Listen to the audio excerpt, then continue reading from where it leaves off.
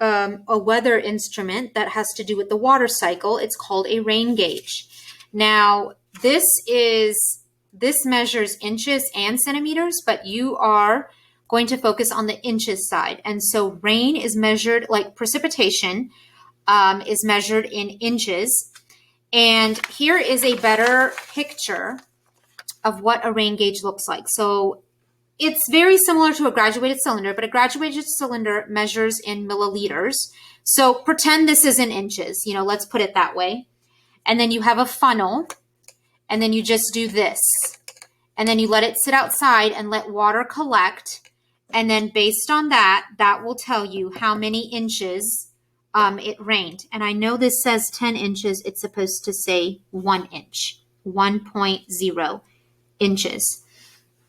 And so you guys have been learning decimals. That's why it's called decimal downpour, because you're using decimals, and downpour is the precipitation.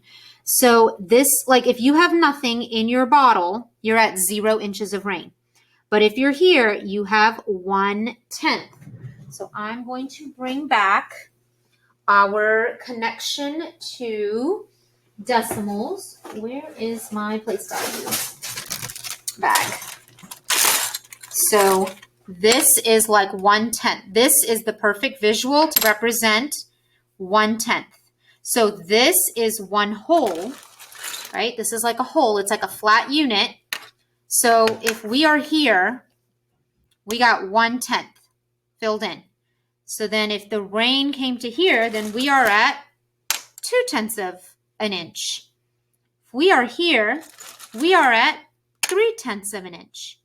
If we are here, we are at 4/10, 5/10, 6/10, 7/10, 8/10 of an inch.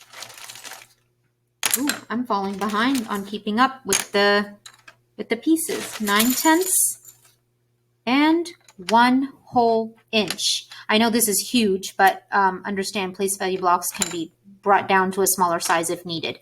But imagine this as 1 whole inch representing an inch, and then each rod you add on there, you are 1/10 more of an inch to make 1 whole inch. And so then once you're here, you have 1 whole inch. Then it's 1 whole and 1/10. So let's pretend we have the whole thing, right?